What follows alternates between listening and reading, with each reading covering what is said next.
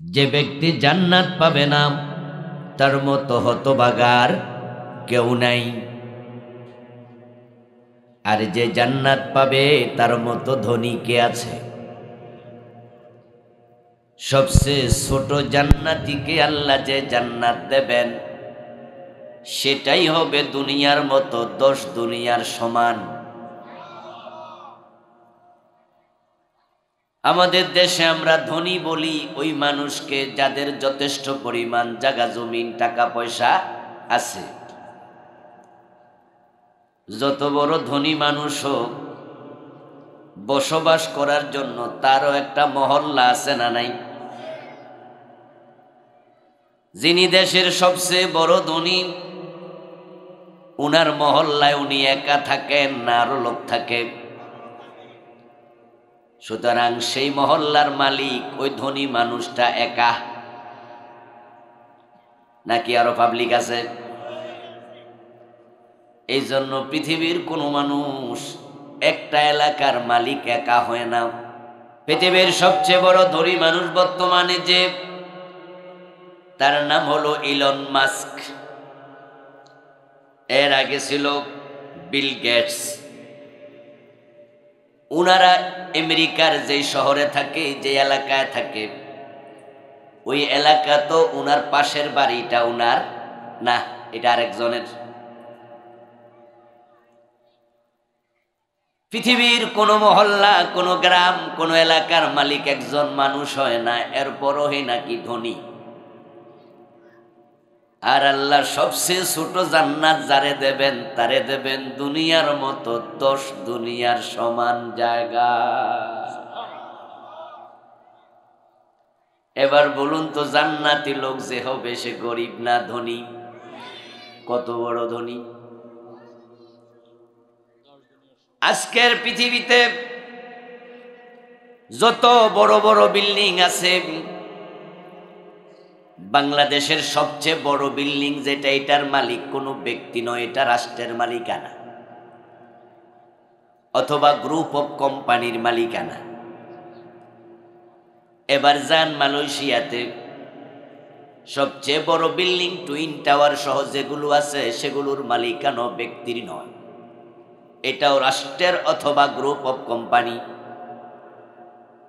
যান আপনি আমেরিকাতে, আমেরিকার নিউ ইয়র্ক শহর হলো পৃথিবীর সবচেয়ে বড় বিল্ডিং এর এলাকা।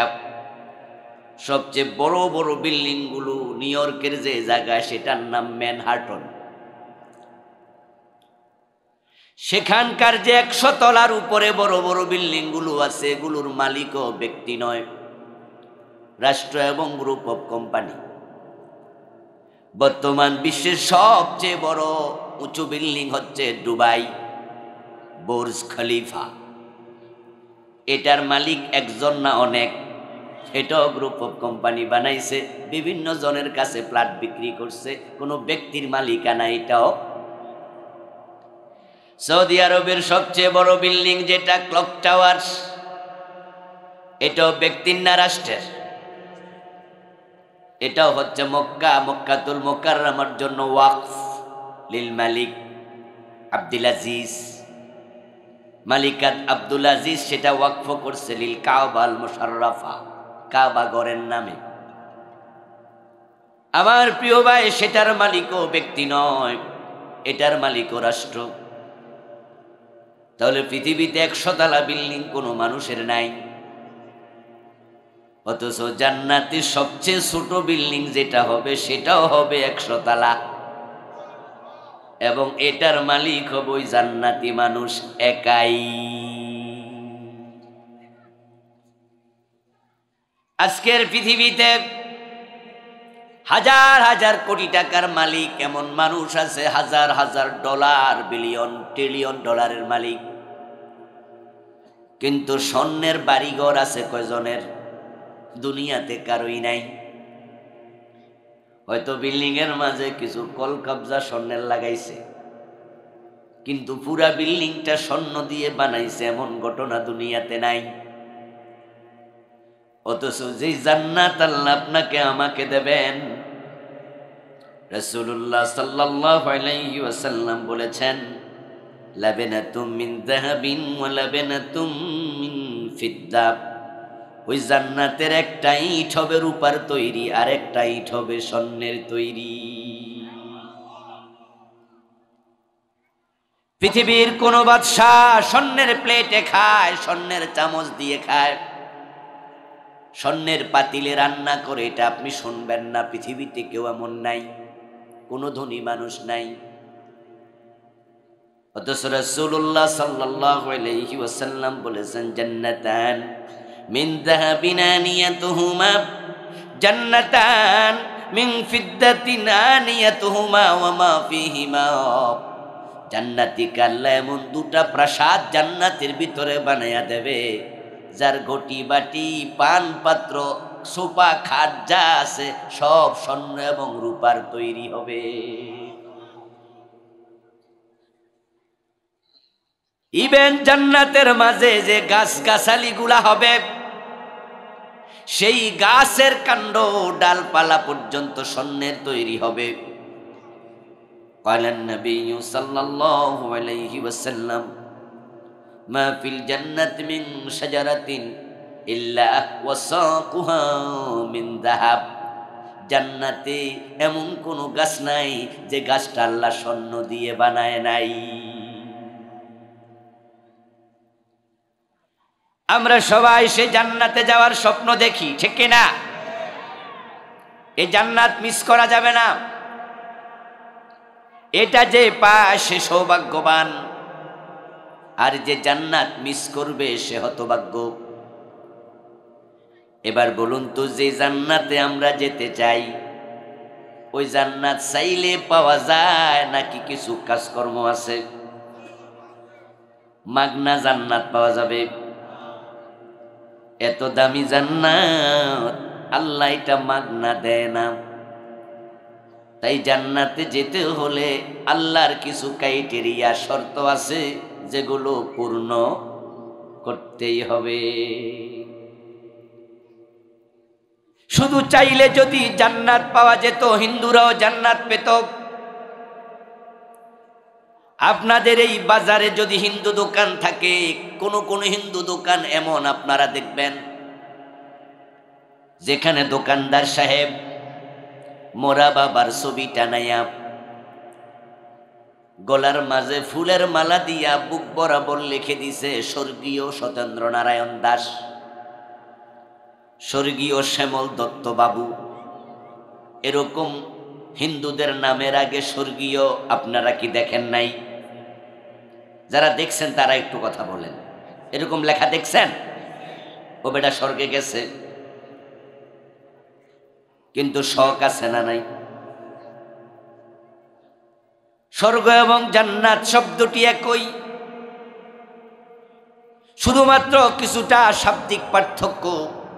আরবিতে বলে জান্নাত, ফার্সিতে বলে বেহেশত, সংস্কৃতিতে বলে স্বর্গ, ইংরেজিতে বলে হেভেন, বাংলায় বলে বাগান। কেউ বলে লাউ, কেউ বলে কদু, কেউ বলে চোখ, কেউ বলে আঁখি, কেউ বলে নয়ন, কেউ বলে লোচন। জিনিস কি দুইটা না একটাই? আমরা বলি আবু বকর সিদ্দিক জান্নাতি, আবার আমাদের কোনো এক ভাই বলে হযরত ওমর বেহেশতি। তাই বলে কি দুইজন দুই জায়গায় চলে গেছে? এখন ওই হিন্দু মিয়া লেখছে শ্যামল দত্ত বাবুর নামের আগে স্বর্গীয়, আবু বকরের নামের আগে দেন জান্নাতি আবু বকর, ওমরের নামের আগে লিখেন বেহেশতি ওমর। এখন ওই স্বর্গীয় শ্যামল দত্ত বাবু ও বেড়ার ফোলা কয় আমার বাবার নামের আগে লাগাই দিলাম স্বর্গীয়। শখ আছে স্বর্গে যাওয়ার, অথচ আমরা সবাই বিশ্বাস করি কোনো কাফের, কোনো মুশরিক কখনো জান্নাত পাবে না। মুশরিকের জন্য, কাফেরের জন্য জান্নাত হারাম করেছেন কে?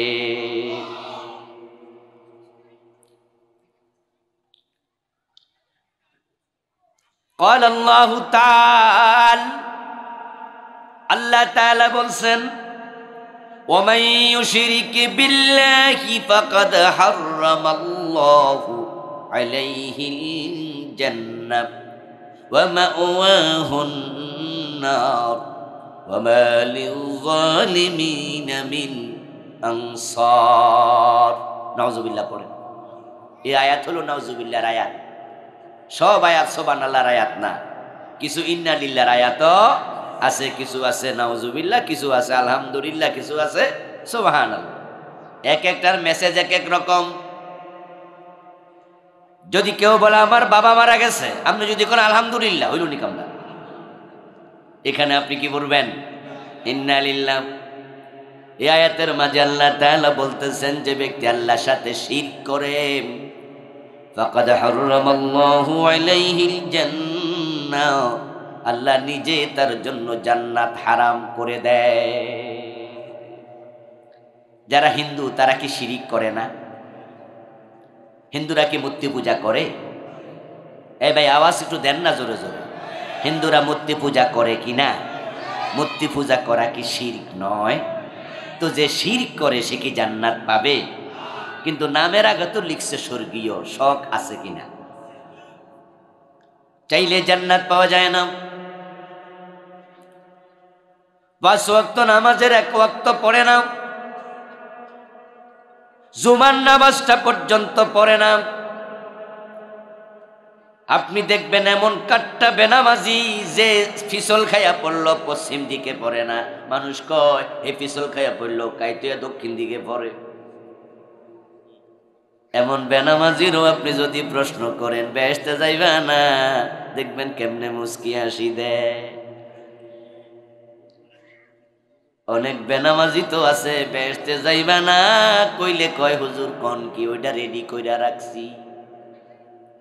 হয়তো আপনি আশ্চর্য হয়ে বলবেন কেমনে কি, মসজিদে তো দেখি না। তখন সে বলবে দোতরা কাঁধে নিয়ে গানে গানে শুনুন, আছেন আমার মুক্তার, আছেন আমার ব্যারিস্টার, শেষ বিচারের হাইকোর্টেতে তিনি আমায় করবে পাস। পীর সাহেব আমারে জান্নাতের সাথে নেবে ওয়াদা দিছে। এই জন্য নামাজ কালাম সাইরা আল্লাহর কদমে সেজদা না দিয়া পীরের কদমে সেজদা দেয় এমন লোক বাংলাদেশে আছে না নাই? ওর ধারণা হাসরের দিন আল্লাহ তাআলা যখন বিচারক হবেন, উনার পীর সাহেব হুজুর ব্যারিস্টার হইয়া সেখানে আল্লাহর সামনে থেকে বিভিন্ন যুক্তি মুক্তি দিয়া ছাইরা নিয়ে যাবে। এজন্য বেড়া তো তোরা গান গাচ্ছে, আছেন আমার মুক্তার, আছেন আমার ব্যারিস্টার, শেষ বিচারের হাইকোর্টেতে তিনি আমায় করবেন পার। আবার কয় আমি পাপী, তিনি জামিনদার। টনটনা টনটন।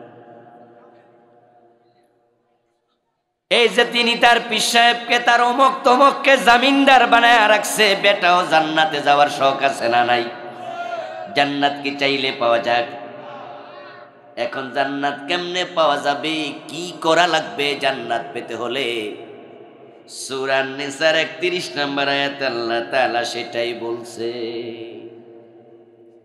আপনাদের কাছে আমি একটু জানবো, মাঝে মাঝে কিছু প্রশ্ন করে আপনারা জবাব দিয়েন। প্রশ্ন খুব কঠিন হবে না, সহজ সহজ। এতে করে দুই পক্ষের কথায় কথা জমে উঠবে ইনশাআল্লাহ। বলুন তো, কোরআন কার কালাম? জান্নাত বানাইছে কে? তাহলে জান্নাতে কেমনে যাওয়া লাগবে সেটাও বলবে কে? পীর সাহেব জান্নাত বানায় নাই, পীর সাহেব জান্নাত দেওয়ার কোনো অধিকার তার নাই। সুতরাং জান্নাতে কেমনে যাওয়া লাগবে সেটা বলার সুযোগও পীর সাহেবের নাই। এজন্য জান্নাত বানাইছেন তিনি, জান্নাত দিবেন যিনি, কেমনে জান্নাতে যাওয়া লাগবে এটাও বলবেন শুধু তিনি। আপনাকে জান্নাতের লোভ আমি দেখাইয়া কি লাভ হবে? জান্নাত তো আমার হাতে নাই। এই জন্য কেমনে জান্নাতে যাওয়া লাগবে এই কথা কোনো নবী নিজে বানায়া বলে নাই, কারণ নবীও জানে না জান্নাত কেমনে পাওয়া যায়। তাই নবীর কাছে ওহী নাজিল করেছে কে?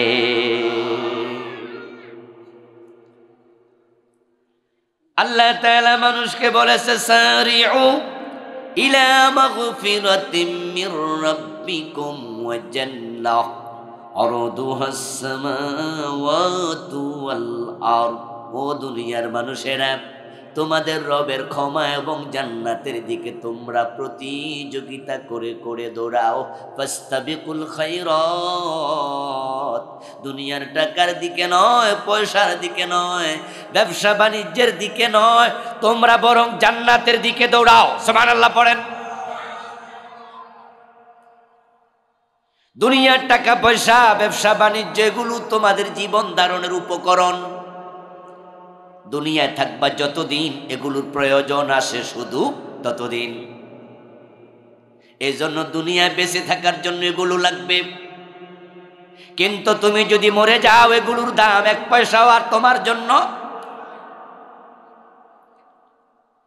এই যে অনেকে আপনারা এসি লাগাইছেন নিজের বাড়িতে, রুমটা মার্বেল পাথর দিয়া তৈরি করছেন, কত সুন্দর জাজিম গালিচা বিছাইছেন, বক্স খাট বানায়া তার মাঝে জাজিম বিছাইছেন, কত সুন্দর বিছনা চাদর বিদেশ থেকে এনেছেন। চোখ বন্ধ হওয়ার পরে সে রুমে আপনারে কেউ রাখবে? সে খাটে আর শোয়াবে? তাহলে দুনিয়ার যত উপকরণ চোখ বন্ধ হলে এগুলোর প্রয়োজন আপনার আর নাই। এই জন্য আল্লাহ তাআলা দুনিয়ার দিকে দৌড়ানোর জন্য আল্লাহর কোরআনের একটা আয়াত বলেন নাই, সব সময় বলছে জান্নাতের দিকে দৌড়াও।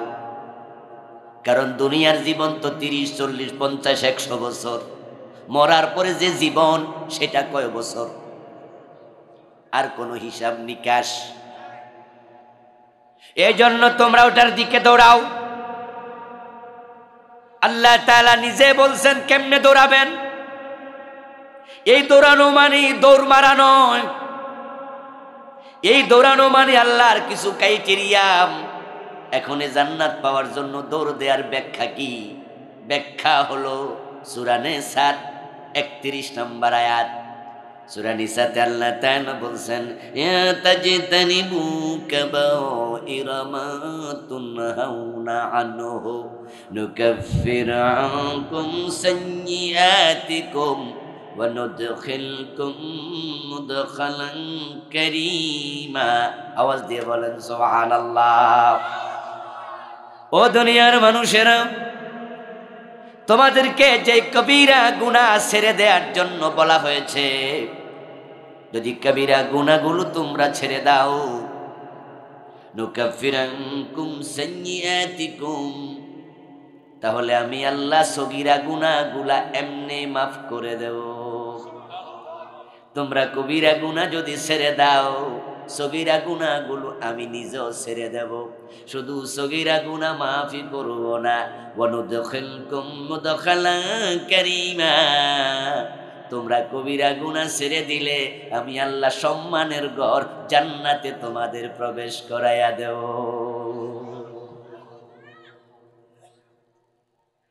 জান্নাতে প্রবেশ করার জন্য কবিরা গুনাহ ছেড়ে দিতেন বলেছেন কে?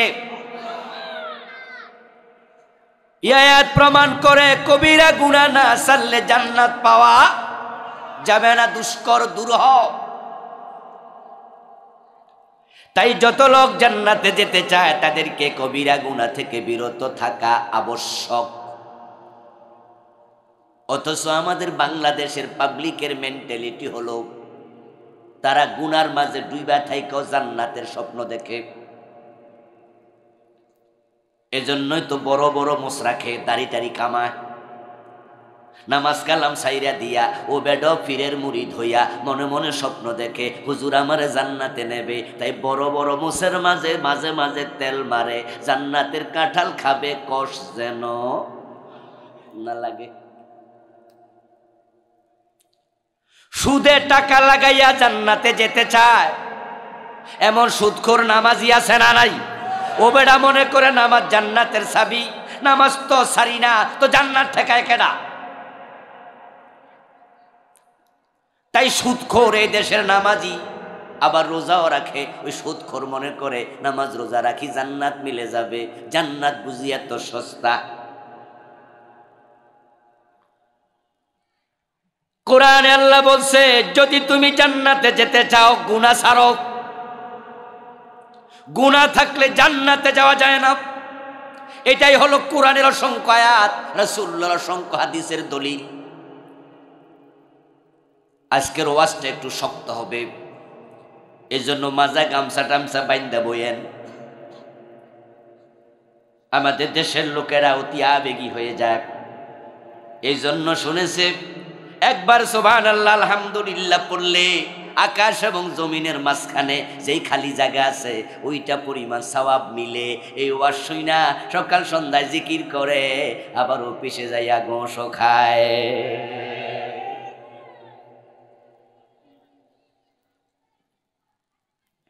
ও বেটা বুঝে নাই বোনাস কি আর বেতন কি।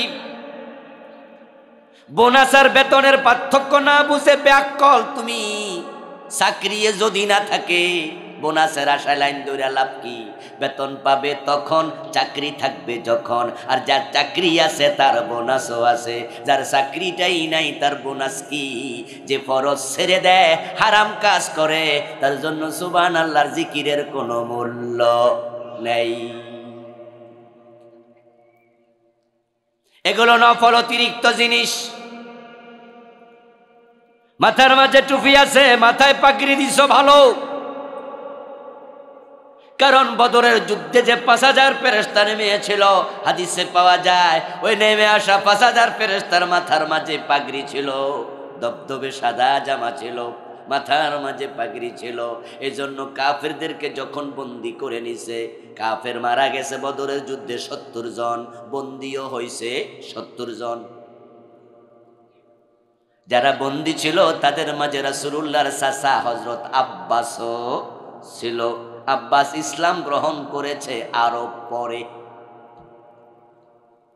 যারা বন্দী হয়েছিল বদরের দিন, রাসূল সাল্লাল্লাহু আলাইহি ওয়াসাল্লামের বড় মেয়ে জয়নবের হাজবেন্ড বন্দীদের মাঝে ছিল,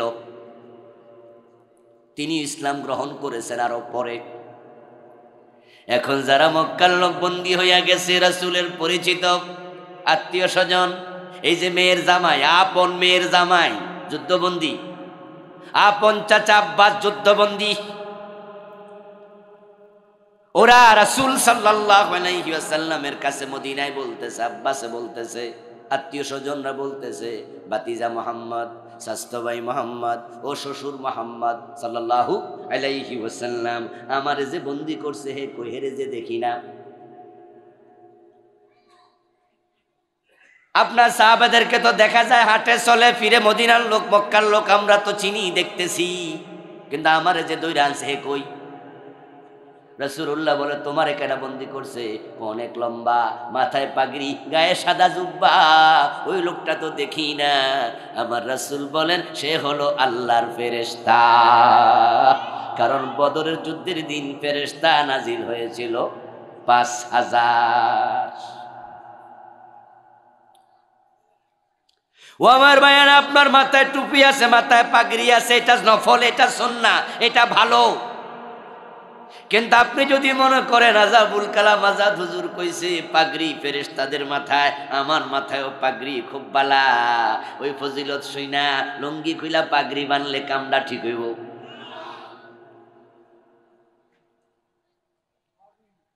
নফলের মূল্য তখন হবে যখন ফরজ আগে থাকবে, ঠিক কিনা? এখন বাংলাদেশের লোকেরা ফরজ ছাইরা দিয়া হারামে লিপ্ত হইয়া সুবহানাল্লাহ কইয়া জান্নাত খোঁজে।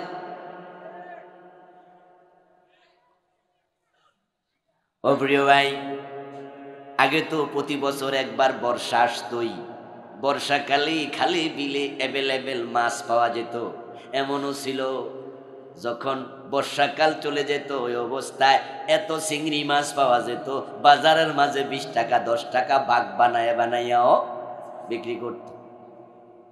এখনকার পোলাপানরা এগুলো দেখে না। আমার সমবয়সী যারা আছেন, সিনিয়র যারা আছেন, তাদের মনে থাকার কথা যে বাগা বৈশা বৈশা মাফ টাপ নাই, বাঘ হিসাবে চিংড়ি মাছ। কি নোয়াখালী অঞ্চলে আসিল না? আমরা কুমিল্লা ছিল, নোয়াখালীও থাকবো। এখন ফোলা নতুন বিয়া করছে, কাম কাজ করে না, বাবা মা যুক্তি করছে যে ফোলা যেহেতু কাম কাজ করে না, ফোলারও খাওয়ামো বউরেও খাওয়ামো, এসব চলবে না, ভিন্ন কইরা দাও। তাহলে বউরে খাওয়াইয়া বুঝবে ঠেলার নাম বাবা এখন ভিন্ন করে দিছে 1000 টাকা দি কই যা ভিন্ন কেমনে সংসার চালাইবি 1000 দিছি এটা হলো পুঁজি এমন বলে 1000 টাকা পকেটে লইয়া বাজারে গেছে বাজার খরচ করতে এর আগে কোনোদিন আর বাজার খরচ করতো না আম্বু কইরা ঘুরতো টিটি কোম্পানি টোটো কোম্পানির ম্যানেজার এখন বাজারে যাইয়া ভাবে 1000 টাকা তো শেষ হইয়া যাবে 2-4 দিন 5 দিনে পরে কি হবে মাথাটা বেশি সুন্দর ভালো না আউলা গেছে এর মাঝে কানে আওয়াজ আসছে ওই চিংড়িওয়ালা যে বাঘ দিছে সে কইতাছে 2 ভাগ কিনলে 1 ভাগ ফ্রি 2 ভাগ কিনলে 1 ভাগ ফ্রি ওই বেটা মনে মনে ভাবে আমরা দুইজন মানুষ তাহলে ফ্রিটাই লইয়া যায় আপাতত এখন দোকানদারের কাছে যাইয়া খরচার ব্যাগ খুইলা কয় চাচা ওই 2 ভাগ পরে নিব আগে ফ্রিটা দিয়া দেন আপনি বলেন তো ওই দোকানদার বেড়ারে মাছ দিবনি কইব কি কইলা তো আপনি না কইলেন 2 ভাগ কিনলে 1 ভাগ ফ্রি তো 2 ভাগ দিয়া কি করবো আমরা মানুষ দুজন 1 ভাগেই চলবো ফ্রিটা দিয়া দেন বাড়ি জায়গা পাগল বলবে অথবা পিঠের মাঝে বিড়া বাইরাবে ও মিয়া 1 ভাগ ফ্রি তো তখন 2 ভাগ কিনবা যখন ওই 2 ভাগ কিনা হলো ফরজ আর 1 ভাগ ফ্রি হলো নফল তো ফরজ ছাইরা দিলে নফল পাওয়া যায় তো তোমাদের কিসের সুবহানাল্লাহ সুদে টাকা লাগাইছো তোমার কিসের আলহামদুলিল্লাহ জিকির তুমি গোসারা পাইলে সিগনেচার করো না এই কোরআন মাজিদ আল্লাহ তাআলা বাবা আদম মা হাওয়া আলাইহিমাস সালাম দুইজনের কিসসা বলছে আমাদের কাছে আমরা কোরআনের মাঝে পেয়েছি হযরত আদম হযরত হাওয়া আলাইহিমাস সালাম তাদেরকে আল্লাহ জান্নাতে রাখছিলেন জান্নাতের মাঝে রেখে আল্লাহ তাআলা বলছেন ফালা তাকরাবা হাযিহিস শাজারা ওই গাছের কাছে যেও না ফাতাকুনা মিনাজ জালিমিন ওই গাছের কাছে গেলে দুইজন হয়ে যাবে জালিম হাওয়া জান্নাতে আছে যা মনে চায় খায় যেখানে মনে চায় যায় হঠাৎ একদিন দেখে জান্নাতের দরজার মাঝে কে যেন দাঁড়ায়া দাঁড়ায়া কান্তাছে আদম হাওয়ার কানে আওয়াজ আসছে কান্দে কেডারে আওয়াজ শুনে একটু জিগাইছে কে তুমি তখন ওই ভদ্রলোক জবাব দেব ইন্নী লাকুমা লামিনান নাসিহিন আমার চিনবেন না তবে আমি আপনাদের বড় হিতাকাঙ্ক্ষী আপনাদের বড় দরদি এবার ওনারা জিজ্ঞাসা করে বুঝলাম তুমি আমাদের দরদি তোমারে চিনবো না তবে কান্দ কেন হিডে একটু কও দেখি কই কান্দি তো আপনাদের দুঃখে বাবা আদম মা হাওয়া আলাইহিমাস সালাম বলতেছে আমাদের আবার দুঃখ কি আমরা তো বড় আরামে আছি জান্নাতের সে আরামের জায়গা কোথাও আছে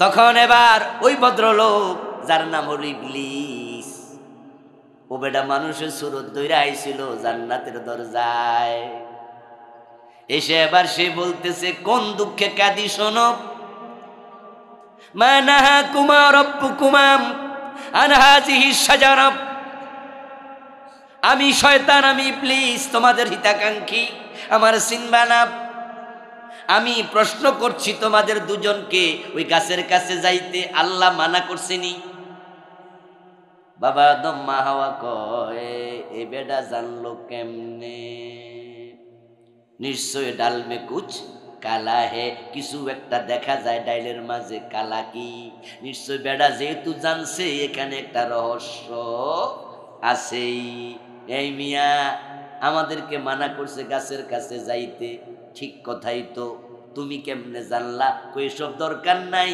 কিন্তু মানাটা কেন করছে এটা জানোনি কথা তো জানি না ও বেটা আবার বলতেছে সেটা কিন্তু আমি জানি কি জানো মা নাহাকুমা রাব্বুকুমা আন হাযিহি শাজারা ইল্লা তাকুনা মালাকাইন আও তাকুনা মিনাল খালিদিন সেটা আমি জানি ওই রহস্য হলো ওই গাছের কাছে গেলেই তোমরা ফেরেশতা হইয়া যাইতে পারবা, অথবা তোমরা জান্নাতে চিরস্থায়ী হয়ে যেতে পারবা। আল্লাহ চায় না তোমরা ফেরেশতা হও, আল্লাহ চায় না তোমরা জান্নাতে চিরস্থায়ী হও, এজন্য গাছের কাছে যাইতে মানা করছে। এখন জান্নাতে চিরকাল থাকতে যদি চাও, দেরি করো না, দৌড় মাইরা গাছের কাছে যাও। আল্লাহ তাআলা বলতেছেন ফাদাল্লাহুমা বিগুরুর, এই শয়তান তাদের দুইজনকে ধোঁকায় ফেলে দিল। ও বেটা, চোখে পানি দেখা আমি তোমাদের হিতাকাঙ্ক্ষী এই কথা শুইনা তারা দুইজনে গাছের কাছে দৌড় মারছে। শুধু গাছের কাছে যায় নাই, গাছ থেকে ফল পেড়ে দুইজনে খাওয়া শুরু করছে।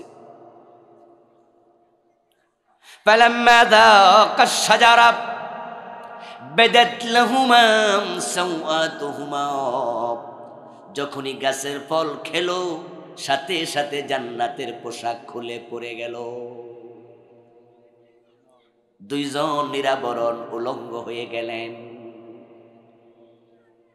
তাফাকা ইয়াকসিফানে আলাইহিমা মিন ওয়ারাকিল জান্নাহ, লজ্জাস্থান আবরিত করার জন্য জান্নাতের গাছের পাতা ছিঁড়তে শুরু করলো। এবং বাবা আদম মা হাওয়ার তখন মনে পড়ে গেল, আল্লাহ না মানা করছিল, এই লোকটা নিশ্চয়ই বড় ধোঁকাবাজ, আমাদের ধোঁকা দিতে। এখন বুঝে ফেলছে কামটা তো ঠিক হয় নাই, জান্নাতের পোশাক খুলে গেল, এখন কি হবে? এই যে আল্লাহর অবাধ্য হলো, আল্লাহর কথা লঙ্ঘন করলো, এটার নামই হলো গুনাহ। গুনাহ কাকে বলে?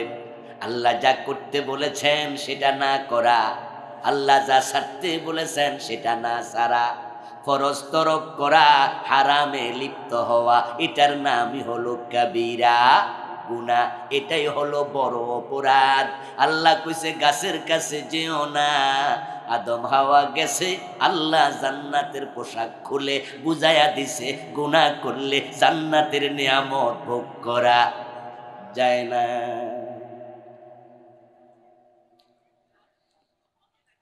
এর আগে বাবা আদম মা হাওয়া কোনো গুনাহ করে নাই, তাই গুনাহ থেকে কেমনে তাওবা করে তাও জানে না। কিন্তু দুইজন বুঝে নিছে কাজটা ঠিক হয়নি, আল্লাহর আদেশ লঙ্ঘন করে ফেলেছি। আল্লাহ তো বলেছিল ওই গাছের কাছে গেলে ফাতাকুনা মিনাজ জালিমিন, তোমরা জালেম হয়ে যাইবা। তাহলে আমরা দুইজন কি হয়ে গেলাম? জালেম। এখন এখান থেকে উত্তরণের উপায় কি? পথ বের করবে কেমনে, কি করা যায় জানে না। কিন্তু দুইজনের অন্তরের মাঝে লজ্জা আসছে, অনুভূতি আসছে, বিনয় আসছে, আল্লাহ কামটা ঠিক করি নাই, এ বুঝ এসেছে। অন্তরের খবর জানে কে?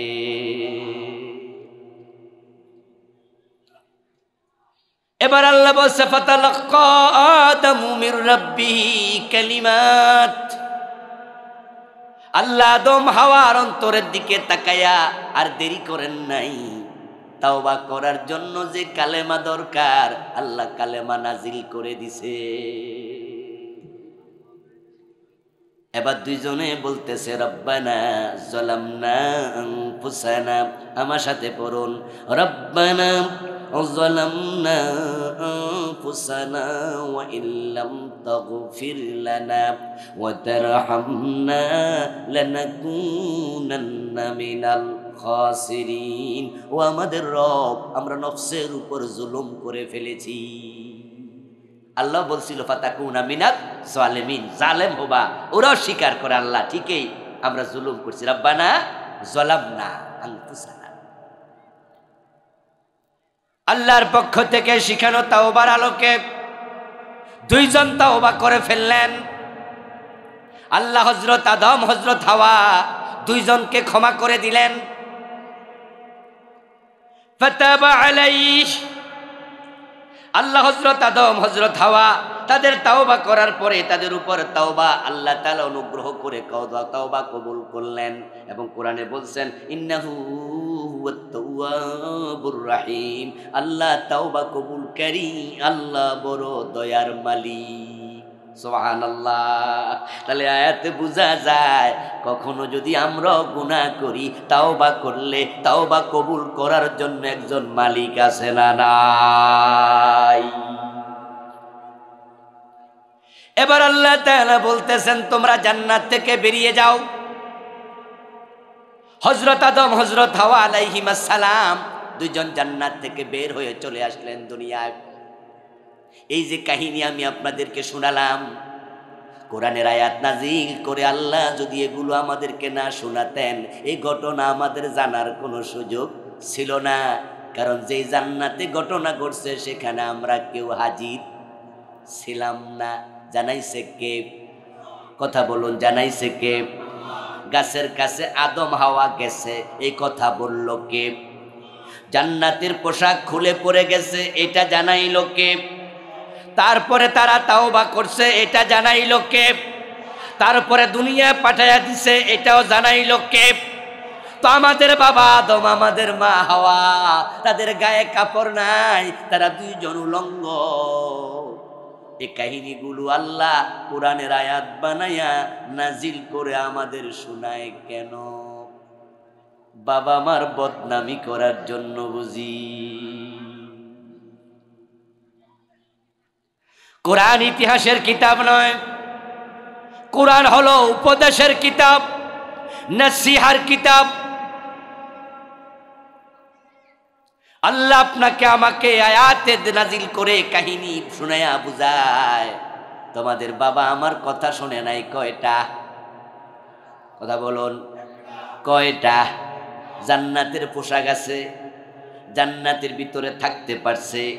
আল্লাহ বুঝাইয়া দেয় আমার একটা কথা না শোনাতে আদম হাওয়ারে জান্নাতের কাপড় খুলে রেখে জান্নাত থেকে বের করে দিয়েছি। ও আদমের সন্তানেরা, হাজার হাজার গুনাহ আমল নামাই লইয়া জান্নাতের স্বপ্ন তোমরা দেখো কেমনে?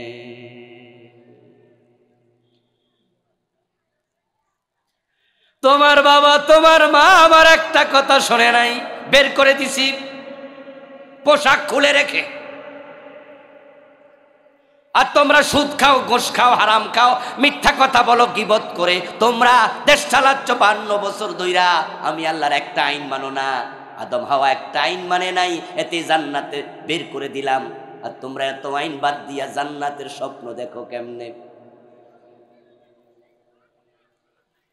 যেই লোকটা জীবনে কখনো আল্লাহর আইনের প্রতি শ্রদ্ধাশীল ছিল না, বরং আল্লাহর আইনের কথা শুনলে চেহারা কালো বানায় ফেলছে, এমন কিছু লোক আছে না নাই?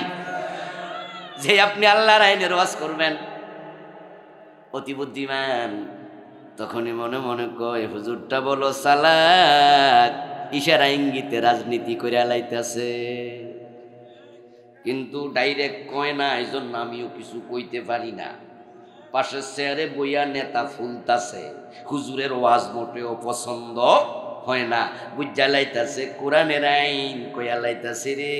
অথচ এই নেতা মারা গেলে কবরে রাখার সময় এলাকার লোকেরা বলে বিসমিল্লাহি ওয়া আলা মিল্লাতি রাসূলিল্লাহ, আল্লাহর নামে তোমাকে রাসূলের দলে তুলে দিলাম। যে বেটা জীবদ্দশায় রাসূলের আইন আল্লাহর আইন মনে নাই, এরে রাসূলের দলে তুলে দিয়া কোনো লাভ নাই। রাসূল মরা লাশ গ্রহণ করে না।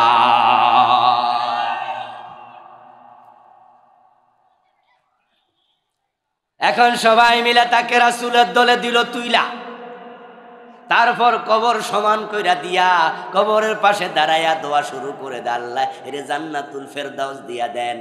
হুজুরদেরকে দাওয়াত দিয়া কোরআন খতম করাইয়া দোয়া করো।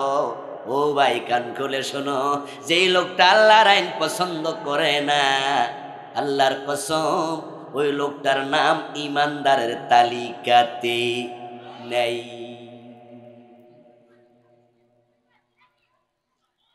আর যার ঈমান নাই তার কপালে জান্নাত নাই। কিসের দোয়া? তাহলে বলবে না তো হুজুর দোয়া করলো। আমি বলবো নবী মুহাম্মদ দোয়া করে লাভ কি? আব্দুল্লাহ ইবনে উবাই যখন মারা গেল, রাসূলুল্লাহ সাল্লাল্লাহু আলাইহি ওয়াসাল্লাম তখন নিজে জানাজার নামাজের ইমাম হলো। জানাজার নামাজের তৃতীয় তাকবীর দেওয়ার পরে দোয়া আছে না, আল্লাহুম্মা গফিরলি হাইয়িনা ওয়া মাইয়িতিনা ওয়া শাহিদিনা ওয়া গায়িবিনা, এ দোয়া এলাকায় আসেনি?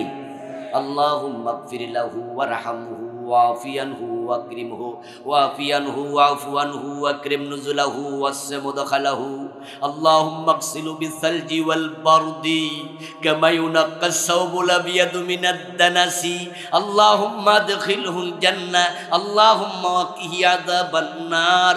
রাসূলুল্লাহ আমাদের মতো একটা দোয়া পড়তেন না, শুধু তিনি একাধিক দোয়া পড়তেন, সুন্দর সুন্দর দোয়া হাদিসের মাঝে পাওয়া যায়। আব্দুল্লাহ ইবনে উবার জানাজার নামাজে রাসূল কি দোয়া পড়ে নাই? কিন্তু আল্লাহ তারে জান্নাত দিছে নাকি? লাভ নাই। আব্দুল্লাহ ইবনে উবার জানাজা শেষ হলো। দাফন করার আগে তার ছেলে প্রিয় নবীকে বলল, ইয়া রাসূলুল্লাহ, আমার বাবা তো ভালো মানুষ ছিল না, আপনি জানেন, আমরা জানি, কবরে রাখলে তো আযাব শুরু হতে পারে। যদি আপনার গায়ের জামাটা আপনি দিতেন, আমি বাবার লাশটারে পেছাইয়া কবরে রাখতাম। যদি আপনার গায়ের জামার বরকতে কবর আযাব বন্ধ থাকে। মদিনার প্রেসিডেন্ট বিশ্বনবী মুহাম্মদুর রাসূলুল্লাহ সাল্লাল্লাহু আলাইহি ওয়াসাল্লাম গায়ের জামা খুলে দিলেন। আব্দুল্লাহ ইবনে উবার লাশ পেঁচানো হলো।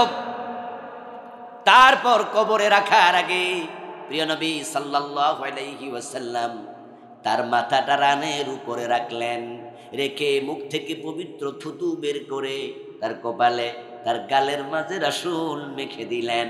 যদি রাসূলুল্লাহ থুতুর ওসিলায় কবর আযাব বন্ধ থাকে।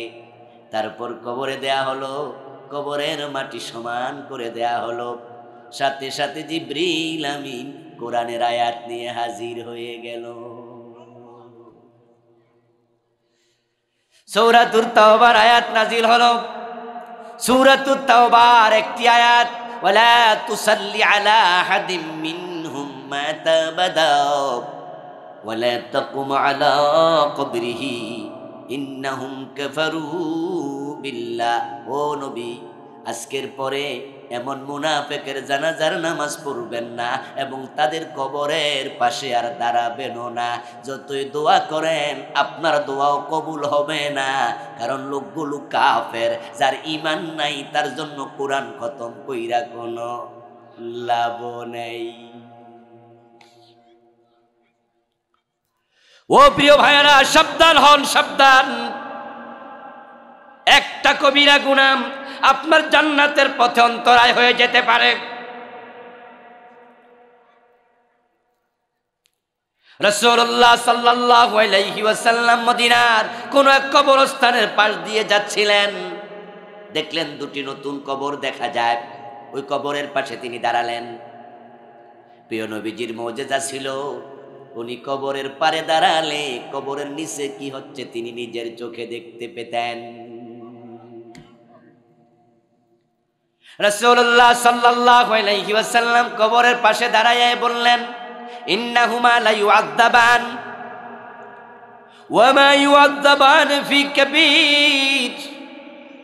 এই যে নতুন দুটা কবর দেখা যায়, কবরের দুজন বাসিন্দার কবরে আযাব চলছে। তারপরে প্রিয় নবী আবার বলতেছেন, তোমাদের কেউ আছো নাকি আমাকে একটা খেজুরের ঢালা এনে দেবে? কোন একজন খেজুর একটা ডালা নিয়ে আসলো ভেঙ্গে। রাসূলুল্লাহ সাল্লাল্লাহু আলাইহি ওয়াসাল্লাম খেজুরের ডালার আগার পাতায় ধরে টান মারলেন, মাঝখান দিয়ে এটা দুই টুকরা হয়ে গেল। দুইটা কবরের উপরে দুই টুকরা রাসূল গেড়ে দিলেন এবং গেড়ে দেওয়ার সময় বলতেছেন, লাআল্লাল্লাহ আন ইউখাফফিফা আনহুমা আযাবাহুমা হাত্তা ইয়াইবাসা। এই দুটা খেজুরের ডালা শুকানো পর্যন্ত আশা করা যায় আল্লাহ কবর আযাব হালকা করে দেবে। রাসূল বলেন না কবর আযাব মাফ হবে, বলছে হালকা হবে। এবার রাসূল বলতেছে, আমার সাহাবারা শোনো, কবরে আযাব কেন চলছে?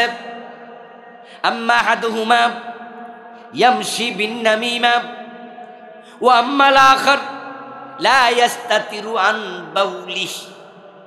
ইঙ্গিত করলেন এই কবরওয়ালার কবরে আযাব হওয়ার কারণ এই বেটা একজনের কথা আর একজনের কানে লাগাইয়া ঝগড়া ফাসাদ বাজাইয়া দিত। এই যে চগলখড়ি করত এই গুনার কারণে তারে আল্লাহ কবরে আযাব দিয়া দিছে। ও বেটা বেনামাজি ছিল রাসূল বলে নাই, বেরোজগারি ছিল বলে নাই, সুদ খাইতো বলে নাই, ঘোষ খাইতো বলে নাই, মদ খাইতো বলে নাই, বলছে বেটা চগলখড়ি করত। তাহলে বেটার আমল নামায় কবিরা গুনাহ ছিল কয়টা? কয়টা? এটার কারণে আযাব চলছে। ওয়া আম্মাল আখার লা ইস্তাতিরু আন বাউলিহি, আরেকজনের অবস্থা কি? তার কবরে আযাব হয় কেন শোনো। সে প্রস্রাবের ব্যাপারে অসতর্ক থাকতো, কাপড়ে প্রস্রাব লাগা যাইতো, মাঝে মাঝে সেই প্রস্রাবওয়ালা কাপড় নিয়েও নামাজ পড়ে ফেলতো। অথচ নামাজের জন্য পবিত্রতা অর্জন করা ফরজ। 1 নম্বরে শরীর পাক, 2 নম্বরে কাপড় পাক, 3 নম্বরে নামাজের জায়গা পাক। এখন এই পবিত্রতা কম, তাই কবরে আযাব শুরু হইছে। রাসূল বলে নাই বেডা বেনামাজি বেরোজগারি ছিল, তাও একটা কবিরা গুনার কারণেও জাহান্নামে দেয়া হতে পারে। তাই যদি জান্নাত পেতে চাও, আমল নামায় যত গুনাহ আছে সব থেকে তাওবা করতেই হবে। গুনাহ নিয়ে মরিও না ও মুসলমান, গুনাহ নিয়ে মারা যেও না। কোন মানুষ যখন বিষ খায়া মরে তখন আমরা শুনে আফসোস করি, করি না? আমরা বলি হারে কামডা করলো কি। আমার বন্ধু কেউ বিষ খায়া মরছে, আফসোস করলেন। কেউ ফাঁসিতে ঝুলে মরছে, শুনে আফসোস করলেন, আরে বেটা কামডা করলো কি। এবার আপনারা একটু জবাব দেন তো, কবিরা গুনাহ কয়টা হইছে? আত্মহত্যা করা কয়টা কবিরা গুনাহ? এখন বেটার জন্য আফসোস করলেন, নিজের আমল নামায় কবিরা গুনাহ নাই। 1-2টা, 1-2টা না আরো বেশি? তো বেটার জন্য আফসোস করলে নিজের জন্য আফসোস করবেন কবে? হযরত আবু বকর, হযরত ওমর থেকে বর্ণিত হাদিস, তিরমিজিতে এসেছে, কোন এক যুদ্ধের মাঠে রাসূলুল্লাহ সাল্লাল্লাহু আলাইহি ওয়াসাল্লাম যুদ্ধের বিরতি চলছে। যুদ্ধের বিরতিতে এক ব্যক্তি দৌড়ায় আসছে তাঁবুর ভিতরে, এসে বলছে, ইয়া রাসূলুল্লাহি ফুলানুন উস্তুশহিদা, হে রাসূল আজকে অমুক যুদ্ধের মাঠে শহীদ হয়ে গেছে। আল্লাহর হাবিব নাম শুনলেন, ওর মুখ থেকে তার শাহাদাতের খবর শুনলেন। শুনে সাথে সাথে বললেন, কাল্লা রাআইতুহু ফিন্নার বিআবাতিন কাদ গাল্লাহ, তুমি যার খবর দিলা শহীদ হয়েছে, আমি নবী বলি না, না আমি তাকে জাহান্নামে দেখে এসেছি। মেরাজের রাত্রে রাসূল জান্নাত দেখেন নাই? যারা জানেন তারা কথা বলেন। মেরাজের রাতে রাসূল জাহান্নাম দেখে নাই। এই লোকটার রাসূলকে আমি জাহান্নামে দেখে এসেছি, তুমি কো শহীদ হইছে, ঘটনাটা কি? কদ রাআইতুহু ফিন্নার বিআবাতিন কাদ গাল্লাহ, কোন কারণে লোকটা জাহান্নামে ছিল এবার কারণ শোনো। অমুক যুদ্ধে গনিমতের মাল থেকে সে একটা চাদর চুরি করে নিয়েছে, আমি নবীকে জানায় নাই, লুকায়া লুকায়া নিয়ে গেছে। ওই একটা চুরির চাদরের কারণে আমি রাসূল তাকে জাহান্নামে দেখে এসেছি। এই হাদিস দিয়ে বোঝা যায় সে যুদ্ধের মাঠে মারা গেল, নিহত হলো, কিন্তু একটা কবিরা গুনার কারণে আল্লাহ তাকে শহীদ হিসাবে কবুল করেন নাই।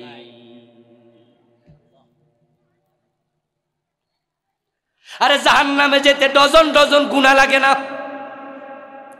কে আমাদেরকে নির্ভীক করলো? এত গুনাহ করার পরও কে আমাদেরকে জান্নাতি ঘোষণা দিল? আমরা নির্ভয় কেন হলাম? আমি আপনাদেরকে হতাশ করছি না, বরং আমি আশার ওয়াজও জানি। আল্লাহ তাআলা জানে মানুষগুলো গুনাহ করবে, তাই তিনি মানুষ বানানোর আগে তাওবার দরজা বানাইছে। পশ্চিম দিকে সূর্য উদিত হওয়ার আগ পর্যন্ত 1 সেকেন্ডের জন্য আল্লাহ তাওবার দরজা বন্ধ করবে না। মানুষ যদি আকাশ পরিমাণ গুনাহ করে তাওবা করে, রাসূল বলেছে তাওবা করো, তাওবা করো, তাওবা করলে আকাশ পরিমাণ গুনাহও আল্লাহ ক্ষমা করে দেবে। 100 জন হত্যা করার পরে তাওবা করেছে, 100 জন হত্যাকারী জান্নাত পেয়েছে, এমন হাদিসও আছে না নাই? তো তুমি কেন ভয় পায় না? তোমাকে কিসে নির্ভীক বানাইলো?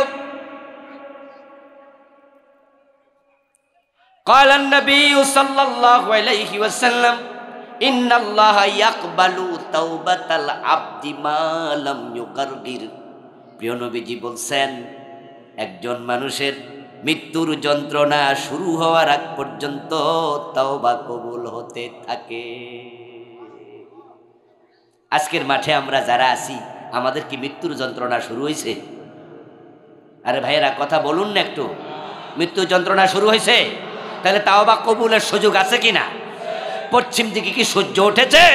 তাহলে তাওবার দরজা খোলা আছে কিনা? তো তুমি গুনাহ লইয়া বসে আছো কেন?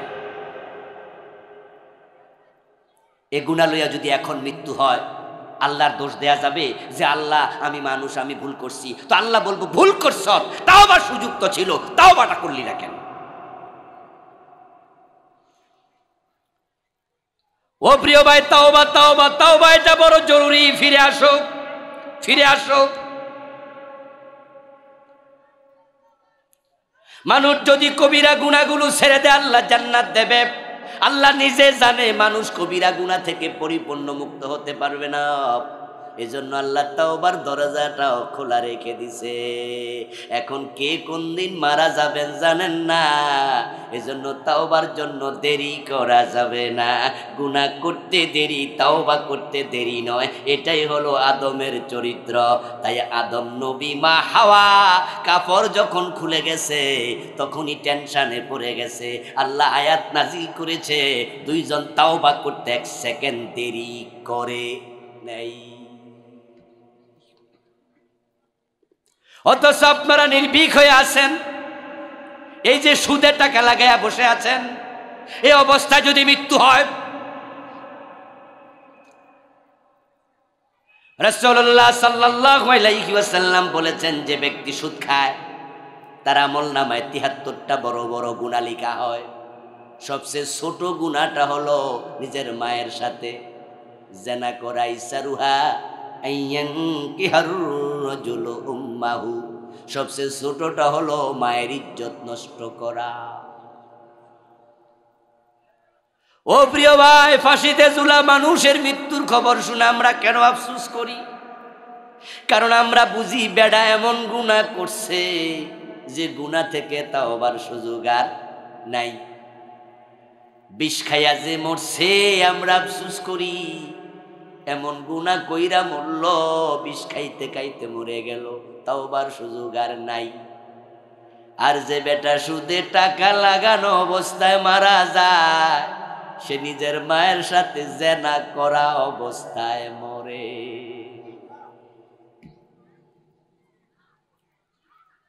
এখন কি করতে হবে?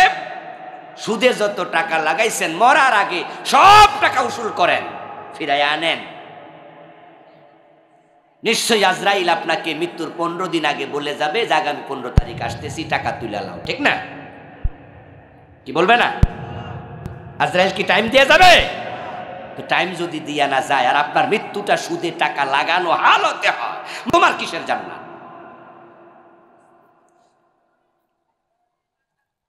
قال النبي صلى الله عليه وسلم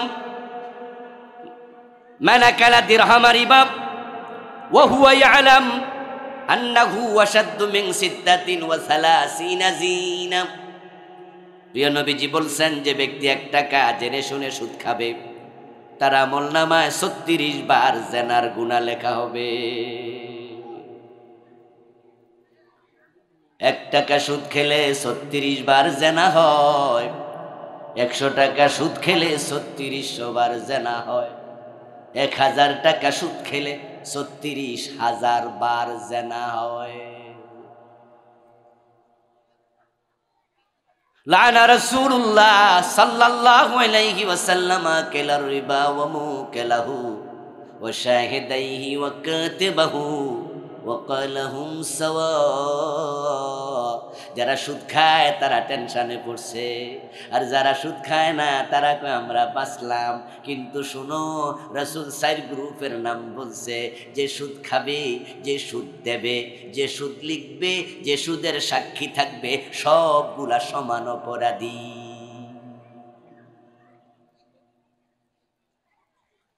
আজকের মাহফিলের মাঝে 4 গ্রুপ বাদ দেন, বালা মানুষ কয়জন পাবেন? কারণ সুদ সবাই খায় না, কিন্তু অধিকাংশ ব্যবসায়ী সুদ দেয়। এই জন্য দেখবেন ব্যবসা বড় করার জন্য বিভিন্ন এনজিও থেকে টাকা আনে। বিল্ডিং করার সময় ব্র্যাক ব্যাংক থেকে, সোনালী ব্যাংক থেকে, এই জনতা ব্যাংক থেকে বিল্ডিং করার জন্য সুদে টাকা আনে। সুদে টাকা এনে ছেলে বিদেশ পাঠায়, এমন বাবা আছে না নাই? সুদ খায় না কিন্তু সুদ দেয়। সুদে টাকা এনে সিএনজি কিনে রাখি, সিএনজি চালায়। সুদে টাকা এনে ব্যবসা একটু পুঁজি বাড়ায়। সুদ যে খায়, সুদ যে দেয়, সমান অপরাধ। কিসের জান্নাত খোঁজো? ও বন্ধু, যে কবিরা গুনাহগুলো সমাজে চলছে, কবিরা গুনার ব্যাপারে সাবধান হবেন। চলছে কুফর, চলছে শিরিক, চলছে বেদাত, চলছে গীবত, চলছে মিথ্যা, চলছে নরহত্যা, চলছে কত রকমের গুনাহ, বলে শেষ করা যাবে না। বাবা মা পর্যন্ত হত্যাকারী। রিজিকের ভয়ে সন্তান যদি ভুলে পেটে আসে, ওই মায়ের পেটের সন্তান হাসপাতালে যাইয়া নিজে অ্যাবর্শন করে সন্তান হত্যা করে, এমন জালেম বাবা মাও আছে না নাই?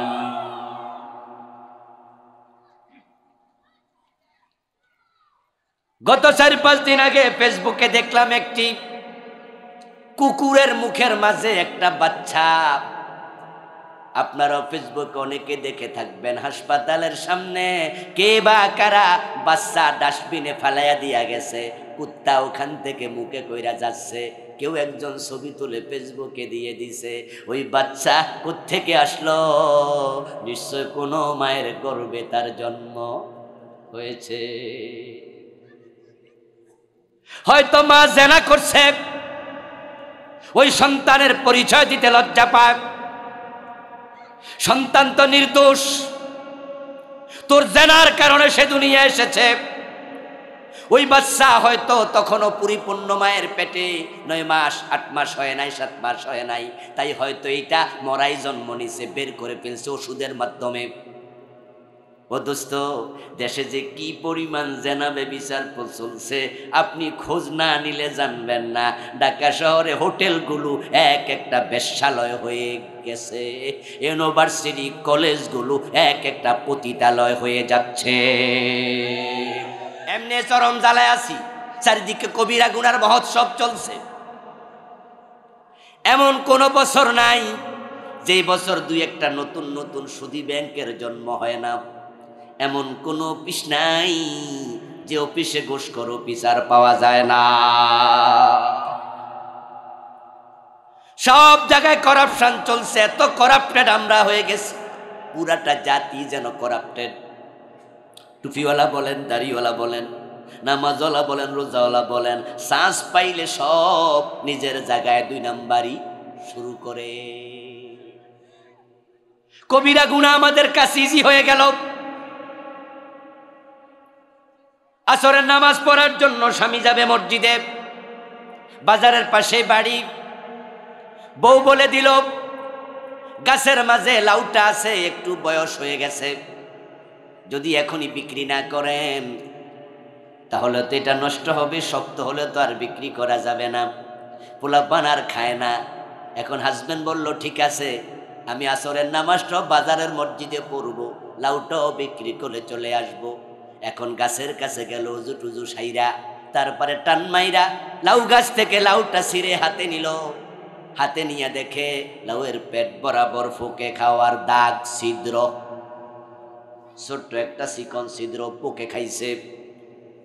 এখন ভদ্রলোক এটা হাতে লইয়া বাজারে আইছে, যেখানে সবজি বিক্রেতারা বিক্রি করে, উনিও লাউটারে জমিনের মাঝে রাইখা খাড়াই রইছে, ক্রেতার অপেক্ষা করে। আপনাদের কাছে আমি জানতে চাই, এই লাউটা যখন মাটির মাঝে রাখে তখন ছিদ্র উপরে দেয় না নিচের দিকে? কারণটা কি? এই লোকটার মনে মনে ধারণা হলো যদি ছিদ্র উপরে থাকে তাহলে দাম কম হবে, কিনতে চাইবে না। এই জন্য আমি লাউটার ছিদ্র নিচে দেই, বেটা যেন টের না পায়। এই বেটা ধোকাবাজি চিন্তা মাথায় নিল। আর যে বেটা লাউ কিনতে আসলো, আসার সাথে সাথে এত সুন্দর করে সালাম দিছে, মনে হয় উনি আল্লাহর ফেরেশতাই মাত্র আসমান থেকে নামছে। তারপরে এবার ভাইজান কত, কই যা দেন দেন, কত আর দিবেন, দামাদামি কইরা তাড়াতাড়ি বেচ্চা মনে মনে কই আল্লাহ বেড়া যেন টের না পায়, বাড়ি যাইয়া ফসা পাক, এটা বেড়ার ব্যাপার। قال النبي صلى الله عليه وسلم من خدع مؤمنا فليس منا। এই যে আপনি ধোঁকা দিলেন, প্রিয় নবীর বক্তব্য হলো, যে ব্যক্তি মানুষকে ধোঁকা দেয় সে আমার উম্মত থাকে না। আরে ধোঁকাবাজ তো মুসলমান না, ধোঁকাবাজ তো মুসলমান না। قال النبي صلى الله عليه وسلم المسلم من سلم المسلمون من لسانه ويده। প্রিয় নবীজি বলতেছেন, যে ব্যক্তির মুখ থেকে, যে ব্যক্তির হাত থেকে অন্য মুসলিম নিরাপদ হয়, প্রকৃত অর্থে সেই মুসলমান হয়েছে। যার হাত মুখ থেকে অন্য ব্যক্তি নিরাপদ না, সে মুসলমানের নাম তালিকায় এখনো ঢুকাতে পারে নাই। وقال النبي أيضا من باع عيبا ولم يبينه لم يزل في مقت الله أو لم تزل الملائكة تلعنه। প্রিয় নবীজি বলছেন, যে ব্যক্তি কোনো দোষী জিনিস বিক্রি করবে, দোষটা যদি না দেখায়া বিক্রি করে, যখন থেকে বিক্রি করে তখন থেকে ফেরেশতারা তাকে লানতের বদদোয়া দেয় এবং আল্লাহর গজব তার উপর নাজিল হতে থাকে।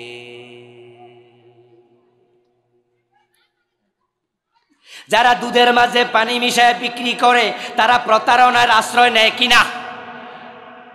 যারা ওজনে কম দেয়, মালে বেজাল দেয়, মানুষ ঠকায়, তারা প্রত্যেকটা প্রতারক। এই কবিরা গুনাহগুলো ইজি হয়ে গেল, তাও বাজে করা লাগবে, তাও বোঝে না। আমি জানি না আপনাদের নোয়াখালী এলাকায় গাই গরু বিক্রি করতে নিলে ওলান ফুলায় কিনা। বাচ্চারে 2 দিন 3 দিন দুধ খাওয়ায় না, মার খাওয়াইয়া রাখে। ওই গাই গরুর উলান ফুলাইয়া বাজারে বিক্রি করতে কেন নেয়? কারণ হলো যে কিনবে উলান দেখা ভাববে দুধ অনেক বেশি, আসলে বাস্তবিক এত দুধ আছে। তুমি কেন প্রতারণার আশ্রয় নিলা? বাবা আদম মা হাওয়া আলাইহিস সালাম আল্লাহর একটা অর্ডার মানে নাই, এতে জান্নাতে থাকতে পারলো না। আল্লাহ পোশাক খুলে বের করে দিল। এখন এই কোরআনের মাঝে আল্লাহ বলে, চোর ধরে হাত কাটো, ডাকাত ধরে শুলে দাও, জেনা করলে পাথর মারো, মদ পান করলে 80 বেত লাগাও, আরো হাজার হাজার শত শত আইন। বাংলাদেশে কয়দিন মানছেন? আদম হাওয়া একটা আইন লঙ্ঘন করছে, তাদের উপায় নাই, তওবা করা লাগলো, জান্নাত থেকে চলে আসা লাগলো। আর বাংলাদেশে 52 বছরের বাংলাদেশ, চোরের হাত একদিনও কাটলো না। আল্লাহর কত আইন বাদ দিয়া তারাও জান্নাতে যাবে, নিশ্চিন্তে ঘুমাচ্ছে। এই ওয়াজগুলো আমরা করলে আপনারা অনেকে মনে করেন মনে রাজনীতি। ও দোস্ত শোনো, আলেম ওলামারা শুধু রাজনীতির কথা বলে না। আমরা জানি এই দেশে এখনো আলেম ওলামাদের হাতে ক্ষমতা আসার মতো পরিবেশ তৈরি হয়নি। আলেমরা এখনো হিউজ পরিমাণ ডিসি বানাতে পারেনি। আলেমদের মাঝে এমপি হওয়ার যোগ্য এখনো 300 জন কোথায় পাবো? আলেমদের মাঝে মন্ত্রী হইয়া দেশ চালাবে। 50 জন মন্ত্রী হওয়ার মতো বড় বড় যোগ্যতা কয়জনের আছে? আলেমদের মাঝে সেনাবাহিনীর প্রধান হওয়া, বিমান বাহিনীর প্রধান হওয়া, আলেমদের মাঝে ডিসি হবে, এসপি হবে, আলেমদের ম্যাজিস্ট্রেট হওয়ার মতো, সচিব হওয়ার মতো কয়জন আছে? পার্সেন্টেজ 10%, 20%, বাকি 80% হয় নাই। তাই আমরা শুধু ক্ষমতা যাইতে কথাগুলো বলি না, শুধু রাজনীতির ওয়াজ করি না। আমরা রাজনীতির ওয়াজগুলো এজন্যই করি, ক্ষমতা আমরা যখন যাব আমরা আল্লাহর আইন কায়েম করে জান্নাতমুখী হব। এখন তোমরা যারা ক্ষমতায় আছো, আমরা চাই আল্লাহর আইন মেনে তোমরাও জান্নাতমুখী হয়ে যাও।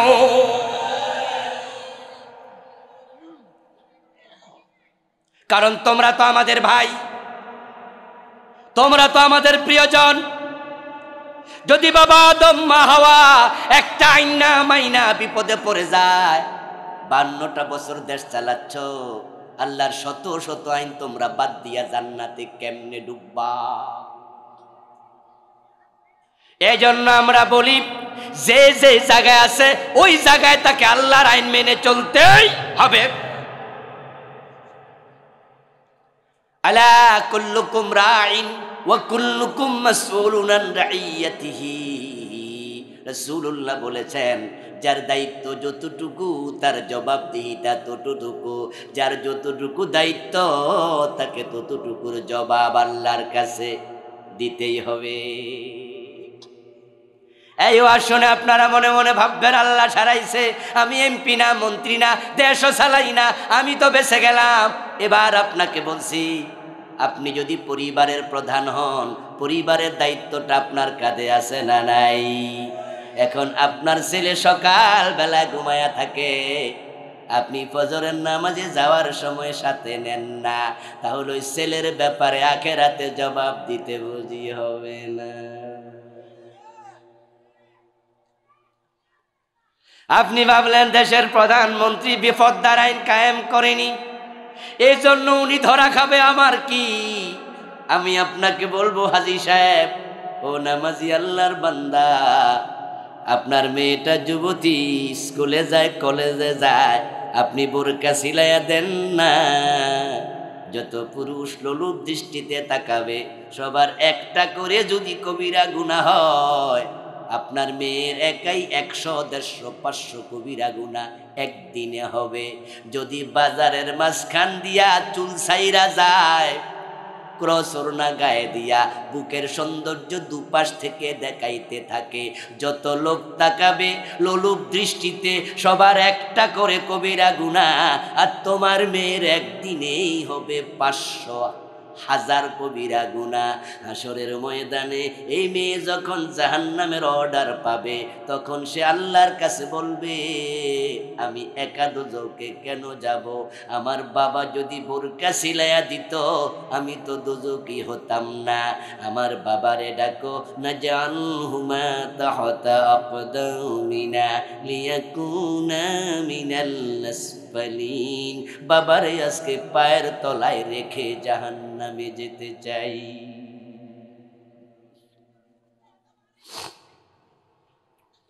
তাই সূরাতুত তাগাবুন আল্লাহ তাআলা বলছেন 14 নম্বর আয়াত, ইয়া আইয়ুহাল্লাযীনা আমানু ইন্না মিন আজওয়াজিকুম ওয়া আওলাদিকুম আদুওয়াল লাকুম ফাহযারুহুম। ও ঈমানদারেরা, কিয়ামতের দিন তোমাদের কারো কারো স্ত্রী, কারো কারো সন্তান তোমাদের দুশমনি করবে, তখন আল্লাহর কাছে মামলা দিয়া পায়ের তলে রাখতে বলবে। সুতরাং দুনিয়ায় থাকতে তাদের ব্যাপারে সাবধান হও।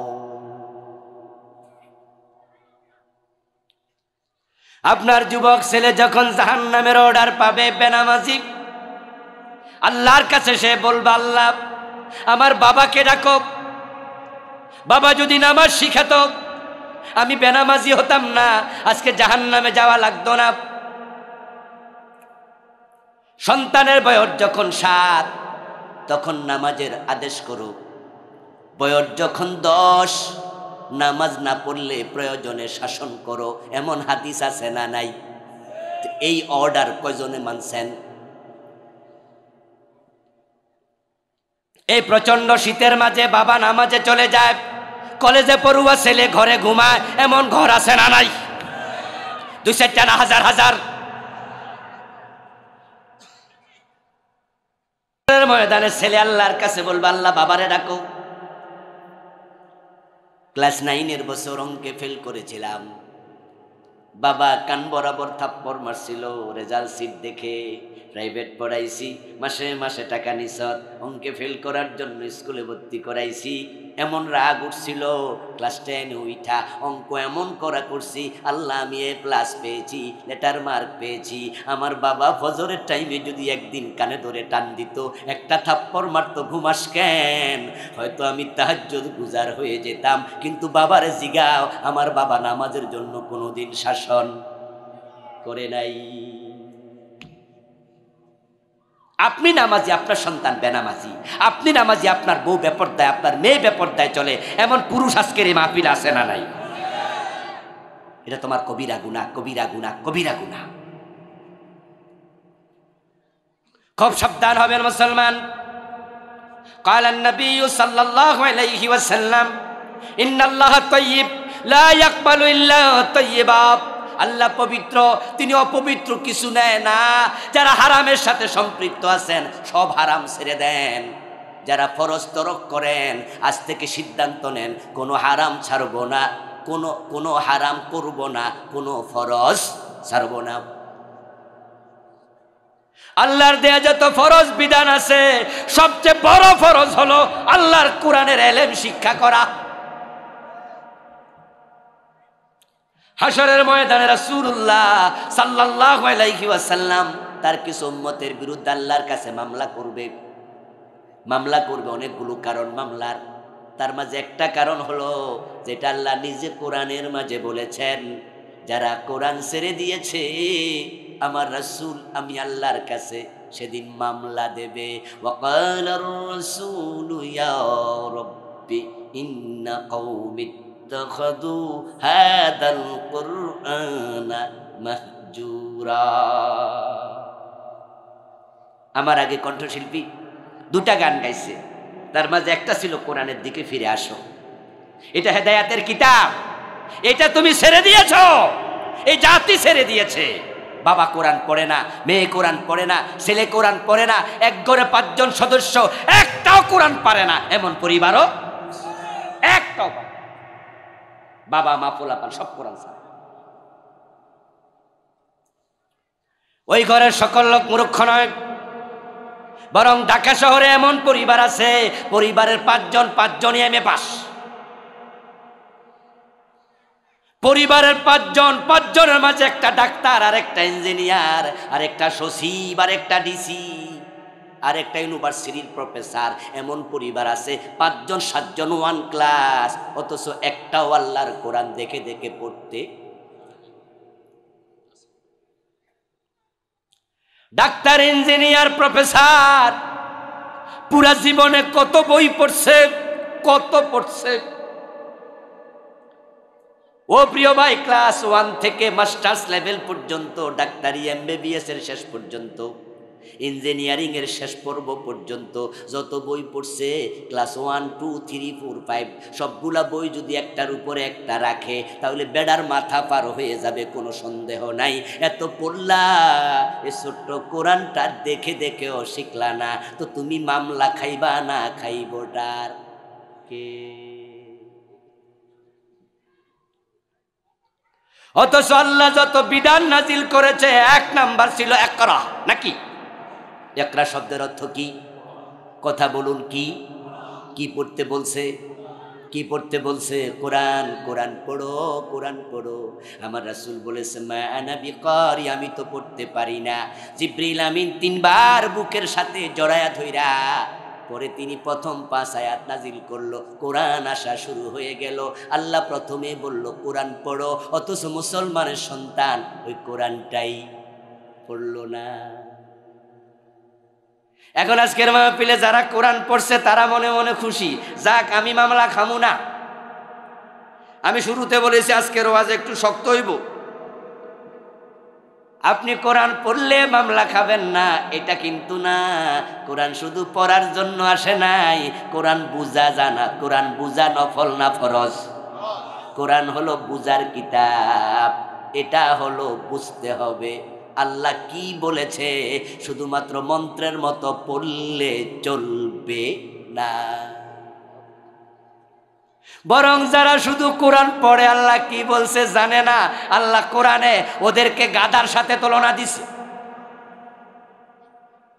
মাসালুল লাযীনা হুমিলুত তাওরাত সুম্মা লাম ইয়াহমিলুহা কামাসালিল হিমারি ইয়াহমিলু আসফারা। আল্লাহ বলে যারা তাওরাত নামক কিতাব কান্দে বহন করে, কিলকোলের মাঝে লইয়া লইয়া বগলের তলে হাঁটে, কিন্তু তাওরাতে আল্লাহ কি বলেছে তা বুঝতে চায় না, ওই লোকগুলা হলো গাদার মতো। গাদা পিঠের মাঝে চিনির বোঝা বয়, লবণের বোঝাও বয়, কিন্তু লবণ কেমন চিনি কেমন, কোনটা লবণাক্ত কোনটা মিষ্টি, গাদা কিছুই বোঝে না। কোরআন পড়ছে আলহামদুলিল্লাহ, 30 পারার হাফেজ। আপনি উনারে বলুন যে হুজুর সূরা বাকারাটার অর্থ পারেননি, কয় না এটা তো পড়ি নাই। কেন? আল্লাহ কি কইছে কেন পড়তে গেলেন না? কোরআন তো শুধু তেলাওয়াতের জন্য আসেনি। ইয়াতলুনাহু হাক্কা তেলাওয়াতি উলাইকা ইউমিনুনা বিহি। আল্লাহ বলে যারা তেলাওয়াত করবে, হক আদায় করে, তারাই শুধু কোরআনের উপর বিশ্বাস করে। এই হক আদায় মানে বোঝো, কোরআনে আল্লাহ কি বলছে বোঝো। আফালা ইয়াতাদাব্বারুনাল কুরআনা আম আলা কুলুবিন আকফালুহা। আরে কায়েত আল্লাহ বলে তারা কোরআন নিয়ে কেন গবেষণা করে না, চর্চা করে না? তাদের কলবের মাঝে কে তালা লাগাইয়া দিছে? যদি তালা লাগায়, এই তালা শয়তান লাগাইছে। এই জন্য যারা কোরআন পড়তে পারে তাদেরকে বুঝতে হবে। এবার যারা বোঝে তারা যদি কয় বাঁচলাম, আমি বলবো না না, শুধু বুঝার জন্য আসে নাই, পড়ার জন্য আসে নাই। কোরআন হলো আমল করার কিতাব, মানার কিতাব। কোরআনে যা আল্লাহ বলেছে তা আপনাকে আমাকে মানতেও হবে।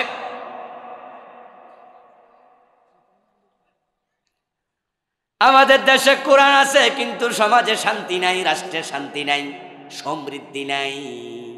আরে কি বিপদে যে মানুষ আছে, আপনারা যারা বড় লোক আপনারা জানেন না। কয়দিন আগে ফেসবুকে ভিডিও দেখলাম, এক সংবাদ মাধ্যম ভিডিওটা করছে। কারণ বাজারে সাক্ষাৎকার নিতেছে এক ভদ্রলোক, দাড়িওয়ালা, সাদা দাড়ি। উনারে বলতেছে মালামাল খরিদের ব্যাপারে কেমন মূল্য। ওই ভদ্রলোক চোখের পানি ছাইরা কানতে কানতে বলতেছে, বাজারে গিয়া যে লাউ কিনবো, একটা লাউয়ের দাম 100 টাকার নিচে পাওয়া। ডিমের হালি হয়ে গেছে 60 টাকা, 55 টাকা। পেঁয়াজ কিনতে গেলে স্বামী কাঁদে, বাড়িতে যখন কাটতে যায় তখন বউ কাঁদে। এখন পুরা সংসার একসাথে কাঁদে। যাদের নুন আনতে পান্তা পুরায়, 3 বেলা ভালো করে খাইতে পারে না। এজন্য সমাজে সমৃদ্ধি নাই এবং মানুষের জীবনে শান্তি নাই। এই কোরআনটা যদি আমরা মানতাম, এটাকে মানার কিতাব বানাইতাম, তাহলে দেশ যারা চালাইতো তারা মানুষের খাদেম হতো। ওমরের মতো গমের বস্তা কান্দে লইয়া মানুষের বাড়ি বাড়ি পৌঁছাইয়া দিত। দেশের টাকা লুট করে কানাডায় বাড়ি বানাতো না।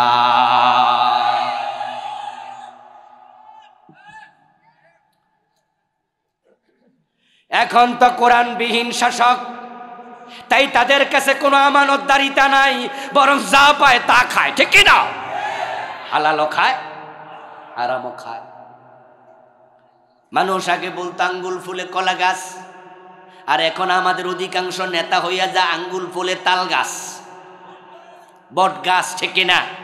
আমানতদারিতা নাই, ইসলাম নাই, কোরআন নাই, কলবে কোরআন শূন্য কলব, ওই কলবে তাকওয়া থাকে না।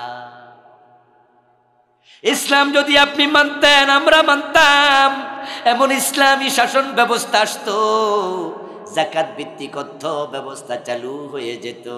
তো খাজমিন আবনিয়াইহিম ফাতুরাদ্দু ইলা ফুকারাইহিম, ধনীদের থেকে জাকাত তোলা হতো, গরিবের মাঝে বন্টন করা হতো। তাহলে দারিদ্রতা 10 বছর 15 বছরের ব্যবধানে আর থাকতো না। হযরত ওমরের যুগের মতো বাংলাদেশ হতো। জাকাতের টাকা কান্দি নিয়ে ওমরের যুগে জাকাত বিভাগের কর্মচারী হেঁটেছে, জাকাত খাওয়ার মতো লোক আর নেই।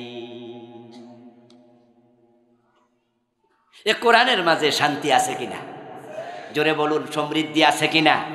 উন্নতি আছে কিনা? এখন কোরআনের দিকে ফিরে আসা দরকার আছে কিনা? কবিরা গুনাহগুলো এখান থেকে চিনবেন, কবিরা গুনাহগুলো জানবেন, কবিরা গুনাহগুলো ছাড়বেন, যেগুলো হয়ে গেছে এগুলোর জন্য তাওবা করবেন। আল্লাহ তাআলা আমাদের সকলকে যাবতীয় কবিরা গুনাহ সতর্কতার সাথে পরিহার করার তৌফিক দিন, বলেন আমিন। যেগুলো করে ফেলেছি আল্লাহ আমাদের তাওবা